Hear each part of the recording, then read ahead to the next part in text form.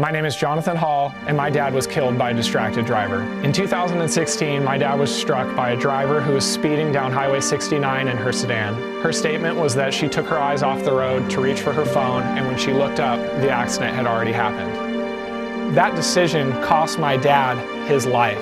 My 5-year-old saw my mom implode as she heard the news of the man who she was married to for over 40 years would not be coming home that day. I watched an ambulance dash cam video that captured the collision, and I saw 6 seconds of time where she closed the gap between her sedan and my dad on his motorcycle, ultimately sending him flying over her car to his death on the asphalt. I watched as he tumbled to a stop, cars trying to avoid his body in the middle of the highway. I watched as paramedics worked him. I watched as they transported him to Yavapai County Medical Center, where he ultimately was airlifted and died in the helicopter. That cost rippled and affected everybody in my family, the first responders that responded that day to the accident. It affected everyone all the way down to my 5-year-old, who was at my mom's house when the police officer showed up with a Ziploc bag containing my dad's broken sunglasses, his shoes, and his wallet. The woman that hit my dad was cited with 28701A, failure to control your speed to avoid a collision. She paid that speeding ticket and she was driving the next day. We buried my dad at Greenwood Cemetery the next day. That decision cost my dad his life. That cost is too great. We need to do something to stop that decision from being made. We need to be personally accountable and think about other people's Tom. Think about the people that we share the road with.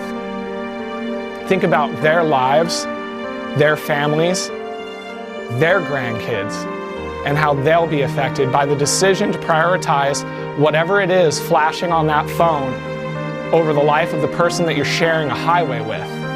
I'll never get my dad back. I can remember the last time I hugged him. My mom goes to bed alone at night now. Those are costs that we're going to be paying for the rest of our life. And it's because somebody made a selfish decision to prioritize whatever was going on their phone over the life of my dad. We need to be cognizant of the fact that we're driving a multi-thousand-pound missile down the road, and it is our responsibility to navigate it around other cars and vehicles safely to our destination. We took on that responsibility when we applied for a driver's license. And just because our phone is flashing does not mean we're relieved of that responsibility. That responsibility extends not only to the people in our car, the passengers we're responsible for, but for the people traveling on the roadway with us, the people traveling in the opposing direction, and everybody around that could be affected by a collision caused by the fact that you were not paying attention to the changing road conditions around you. And I just ask you, please think about your Tom the next time that your phone buzzes and you're driving down the road. Because you could look away to see what's happening on that phone, and by the time you look up, the accident may have already happened, and Tom could already be dead. Please, drive hands-free. There's nothing on that phone worth more than the life of my dad, your dad, or anybody that you love. We need to start thinking about that and putting a little more worth on the lives of the people around us. Your phone is not that important. And I ask you to please stop driving distracted.